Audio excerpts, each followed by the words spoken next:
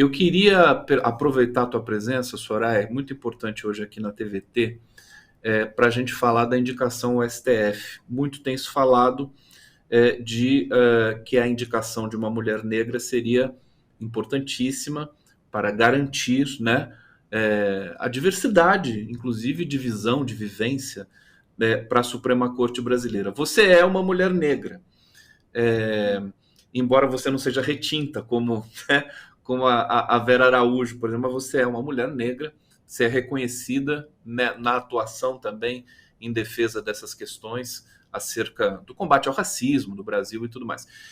Você é tão mencionada, citada, para ser indicada para o STF, para ser indicado para o STF, é reputação ilibada, é notável saber jurídico. Por conta daquelas indicações no período Bolsonaro, você foi uma anticandidata, foi apontada por 135 entidades como uma anticandidata para fazer pelo menos o debate. Eu queria saber hoje, com a probabilidade muito forte de o advogado do Lula, o ex-advogado, né, o Zanin, ser indicado para o STF, e essa questão da pressão da sociedade pela indicação de uma mulher negra, ou mesmo de uma mulher. Como é que você vê esse processo todo, esse fenômeno? O que você poderia dizer para a gente? Conde, aliás, você foi, antes de eu iniciar, eu acho que uma das primeiras lives que nós fizemos durante a anticandidatura, né? Você esteve na linha de frente nessa que foi uma tarefa de resistência. Naquele momento, as organizações buscaram e conversaram comigo e pediram que eu fosse anticandidata, e esse era o nome que nós dávamos naquele momento, em função de uma luta democrática. Naquele momento, o que se dizia, o que Jair Bolsonaro anunciava aos quatro ventos, era de que iria atentar contra o Supremo Tribunal Federal, e as falas dele eram falas muito diretas nesse sentido, mas uma das formas também encontrada era o que ele denominou naquele momento específico como a nomeação de um terrivelmente evangélico, ou seja, num questionamento do que seria o Estado laico. Naquele momento em que eu sou chamada pelas organizações, primeiro pelas organizações do Sistema de Justiça, a JD, a BJD, a DJC, o Coletivo de Defensores e Defensores Públicos, e depois com essas tantas entidades, mais de uma centena que se juntaram nessa campanha, e aí a gente tem, de uma forma bem significativa, os movimentos sociais, como o MST, mas organizações de luta democrática de ontem, como a Associação Brasileira de Imprensa, o Movimento Negro Unificado, aí a Coalizão Negra por Direitos, nós fizemos um debate que acabou trazendo para nós um resultado que foi um resultado bem maior do que imaginávamos no começo, porque no começo a ideia era fazer a resistência democrática, era dizer que aquilo que estava se fazendo com o Supremo Tribunal Federal não era democrático. Agora, o que pairou logo na sequência, em várias matérias, começaram a dizer, né, assim, ó, se ela for nomeada, será a primeira mulher negra a ocupar a corte. Então, lá em 2021, quando nós promovemos essa campanha, que foi uma campanha que ganhou o Brasil inteiro, muitas vezes, muitas matérias de jornal, muitas matérias que foram realizadas, né, e mesmo nas lives, enfim, seria a primeira mulher negra. E naquele momento eu dizia algo que eu continuo repetindo. Primeiro, diversidade não se subsume à representação. Ou seja, não se trata de nomear uma mulher negra, embora isso seja muito importante, mas trata-se de nomear uma mulher negra com um compromisso com a democracia, e agora agrego eu, porque naquele momento nossa discussão mais forte em relação à democracia era o que se dava, mas em relação à democracia e à justiça social. Então, acho que esse é um ponto importante para colocar agora nesse momento, em que a campanha vem com tanta força e que se resume em uma frase que precisa ser preenchida de conteúdo político, ela precisa ser politizada, de maneira que a gente compreenda que... E eu digo isso como feminista que sou e como mulher negra que sou. Não basta ser mulher e não basta ser mulher negra. É preciso que nós tenhamos cumprido os requisitos que são fundamentais. E esses requisitos fundamentais, eles estão dentro daquilo que são as linhas gerais de um projeto democrático que foi eleito no ano de 2022. Nós não podemos descolar disso. Não dizer que uma ministra do Supremo Tribunal Federal precise ser vinculada ao Partido dos Trabalhadores ou mesmo vinculada diretamente a um programa de governo. Não se trata disso. Mas se trata de dizer que em 2022, nas urnas, a democracia venceu. O processo democrático vai seguir em relação a tudo o que nós ainda precisamos passar a limpo nesse país, na medida em que nós tivemos uma vitória nas urnas. Portanto, estar alinhado com aquilo que é um projeto de justiça social, que fala dos direitos dos trabalhadores, questões essas que já foram julgadas pelo Supremo Tribunal Federal e que foram deixadas de lado e que fazem com que nós tenhamos, por exemplo, hoje, eclodindo todas essas denúncias de trabalho escravo, porque não vamos esquecer que terceirização, por exemplo, foi algo chancelado pelo Supremo Tribunal Federal, foi algo que o Supremo Tribunal Federal entendeu que não era violador dos direitos e garantias dos trabalhadores.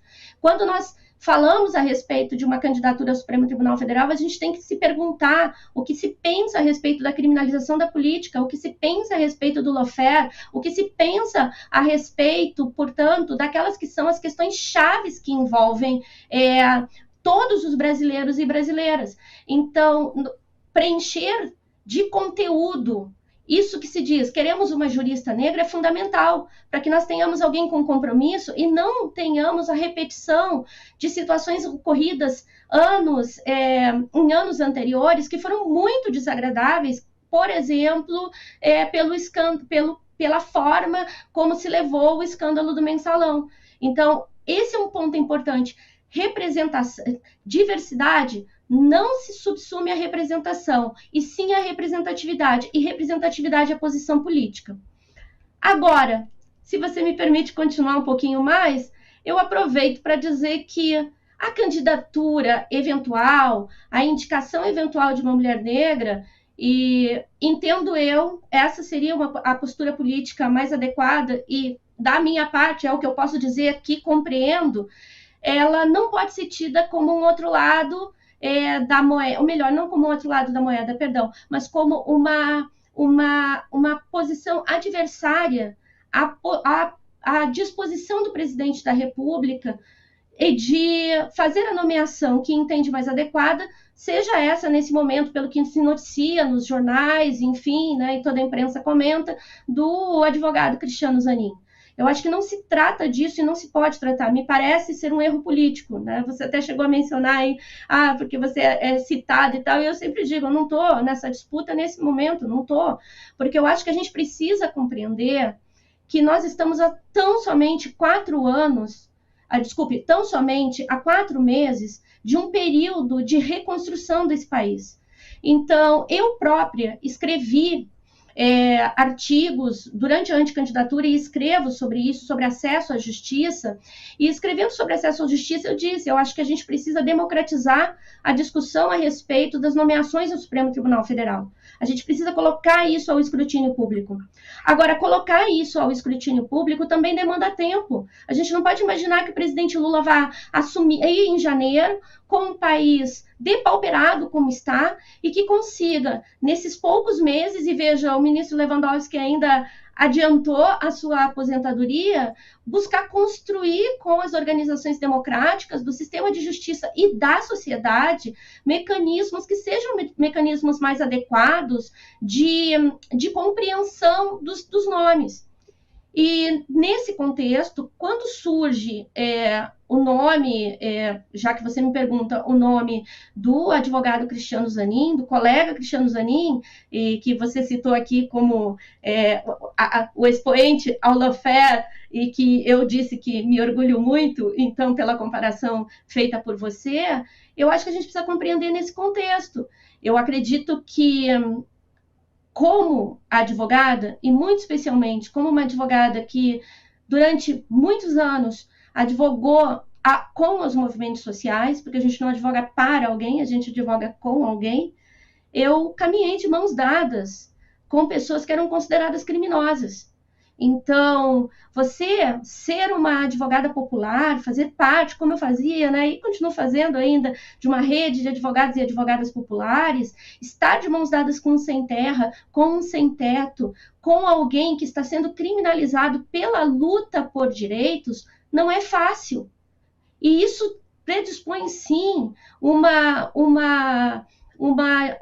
aliás, e isso é uma disposição, sim, de se colocar também como um alvo, seja das críticas, seja do ostracismo dentro da nossa própria classe, e também se colocar como alguém que, em algum momento, é um suposto inimigo daqueles que são as elites dominantes.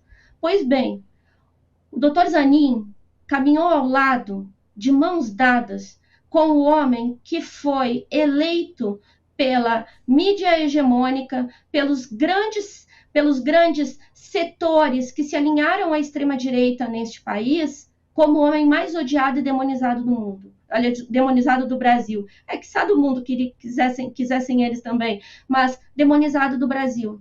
Segurou a mão do presidente da República por mais de 500 dias na prisão. Isso não é uma experiência à toa, Conde. Isso é algo que precisa ser compreendido e, na realidade, entendo eu, só é compreendido por quem vive também na pele essa experiência de ser advogado popular, de estar ao lado dos movimentos sociais. Portanto, eu entendo o homem nas suas circunstâncias. O presidente Lula está, dentro das suas circunstâncias, pensando que naquela cadeira do Supremo Tribunal Federal precisa sentar alguém que seja de sua extrema confiança. E sentar alguém que seja da sua extrema confiança não pode ser confundido de maneira alguma, e isso me parece, de todas as críticas que se faz à possível nomeação do Dr. Cristiano Zanin, a mais